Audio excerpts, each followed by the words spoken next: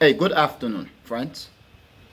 Today is Wednesday, December the 11th, 2024, and the time now is 12:36 p.m.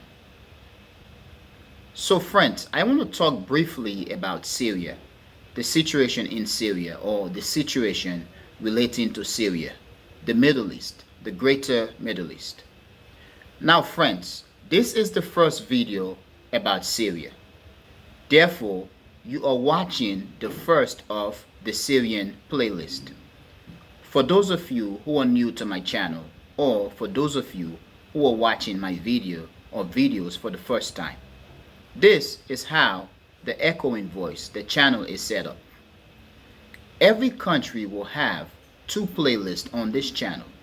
For example, one playlist is going to be titled the country's name, and the second is going to be titled Domestic, the country's name. The country's name series is going to feature programs, videos, talks, or ideas that specifically focus on the geopolitical situation relating to the country's relationship with other countries around the world and in its region, the country's interaction with the international community, and how the country assert itself in geopolitics.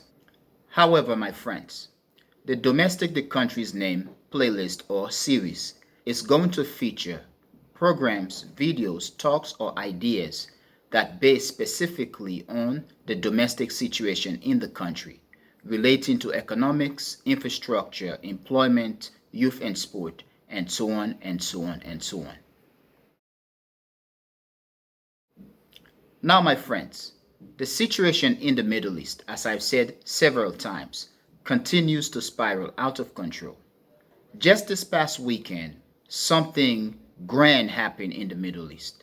Something impactful happened in the Middle East. And by now, I am sure that for everyone who are watching, you know by now what I'm talking about. I'm talking about the situation in Syria. Now, you know by now, friends, that Syria has fallen. Syria fell to a group, okay, a terrorist group, as many are saying. The leader of Syria, Assad, fled. Yes, it has been said several times that a plane was shot down and that he died. However, news have come out that he is indeed alive and he is in Russia. Assad and his family are seeking asylum in Russia.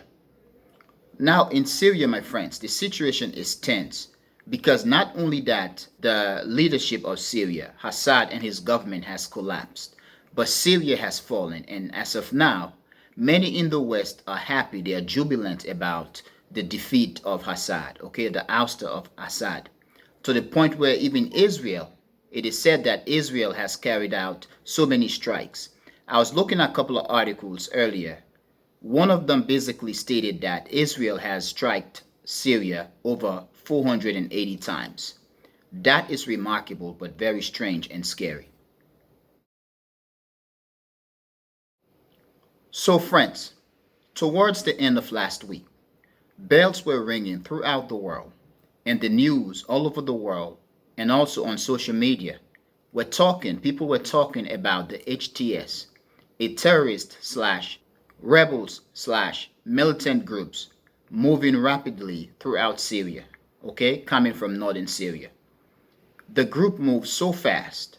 However, friends, as the HTS moved south, many prominent scholars and many experts were predicting that the Russians and the Iranians, who basically had been supporting Assad and the Syrian military, were going to intervene and basically destroy the HTS. However, then, the HTS moved rapidly and finally overtaking Damascus, Syria, the capital. Now, my question is, was this by design? Because it is said that the Syrian army did not even put up a resistance. They basically just withdraw, they just lay down their weapons and let the HTS come in and take over. Now, in the West, many are celebrating.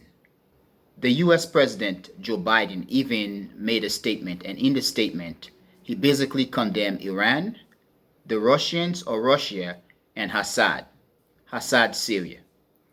All over the West, we are getting more celebration about the fall of Assad and Assad, Syria. But many are also saying that this is a win for the West, for the United States, and also for Israel. And one thing that is being stressed is the whole idea of Greater Israel. By Assad, Syria falling, Israel, it is said, has been given carte blanche to be able to strike and take over Syria. Many are then predicting that Israel could go further and end up biting more than it can chew. We don't know. But this group, the HTS, is said to have been backed by the United States and the West, had been supported by Turkey, which in this case could lead to rift between Turkey and Russia. We don't know how this is going to unfold. But the fact that Assad and his troop did not put up a resistance, the fact that the Russians let it happen, and the Russians are being blamed, and they are being said to have abandoned Assad. Now, friends, Russia has had a naval base in Syria, and the base is known as the Tartus base, naval base in Syria. As of now, it is being said that the Russians are supposed to be evacuating the base or whatsoever, which makes the whole situation a lot strange than many of us can think of, because that base is supposed to be important. It is a warm water port that the Russians have been maintaining. The fact that the Russians did not put up a resistance, the fact that the Iranians or the Syrians, the Syrian military, did not put up a resistance to the HTS, it is strange, to the point where many are saying that this could be a possible trap that the Russians, the Iranians, or Assad has been setting for both Israel and for the West. And it is looking like that because already Israel has been going on a rampage. Israel has been bombarding Syria. And as of now, it is said that Israel has struck Syria about 480 times already. Before this, many had made the allegation that Israel, the West, and the United States had been supporting the HTS. Now, friends, the fact that Israel has been striking Syria and has struck Syria about 480 times makes it a lot more confusing. This is because, as we've been told that Israel, the United States, and the West has been supporting the HTS, which is also said to have been or to be an affiliate of Al-Qaeda, it's confusing. But then my question is, by Israel striking Syria, had the Israeli been striking assets left by Assad and Assad's army, or have they been striking assets owned by the HTS? Which, if that's the case, then it makes it a lot more confusing again. Because the fact that we've been told that Israel, the United States, and the West has been supporting the HTS is just strange. But then, my friends, perhaps the situation in Syria could be a trap, because it doesn't make sense the way Assad fell. It doesn't make sense the way the Syrian army fell. The Syrian army, Assad, did not put up a resistance. Now, in terms of Assad and the reality of things, we've been told many times that he is a dictator, or that he had been a dictator, or that dictators are brutal and that they will always fight and make chaos. Then my question is, if Assad was a dictator, and if he had been as strong as we've been led to think, why isn't it that he put up a resistance? Why is it that the Syrian army just collapsed? Many have been using the phrase, okay, or the concept, house of cards.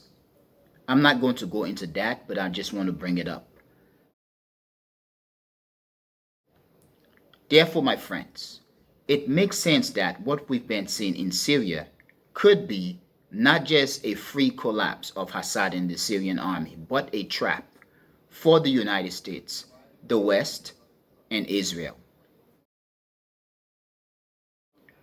Now, friends, if we look back into history, it is said that the United States set a trap for the Soviet Union in Afghanistan.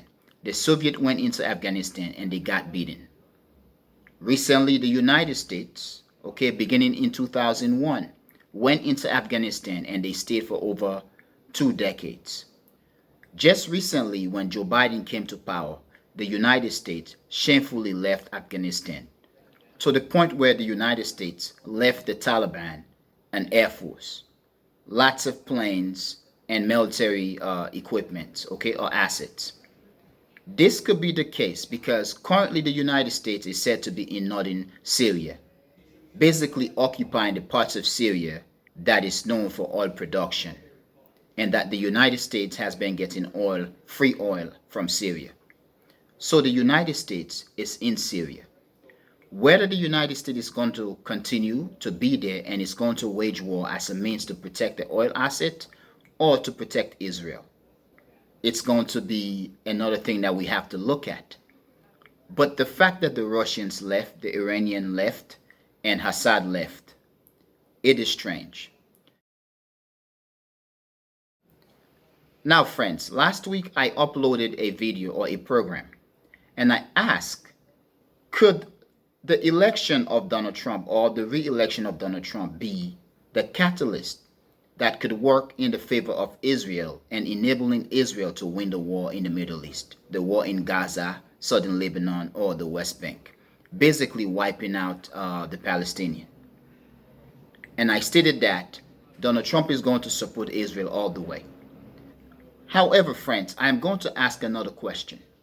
Could the fall of Assad actually be the catalyst that could work in Israel's favor and enabling Israel to win the war in the Middle East and to create a greater Israel? I don't know, but I want to ask that because as of now, Syria is said to have been the bridge through which Iran and quote unquote the axis of resistance has been supporting Hezbollah. And by Syria falling, it means that Lebanon, southern Lebanon, or Hezbollah has no supply line. It doesn't necessarily mean that Hezbollah is going to fall, that Hezbollah is going to fall. But perhaps Hezbollah could be in a bigger trouble because they could be alone in this case. They could be isolated in this case. I'm just asking, friends, but please tell me what you think, and I want to hear what you think. However, my friends, I am going to end here. I want to thank you for being a member of the Echoing Voice community, but most especially, friends, I want to thank you a lot for watching the Echoing Voice. Peace.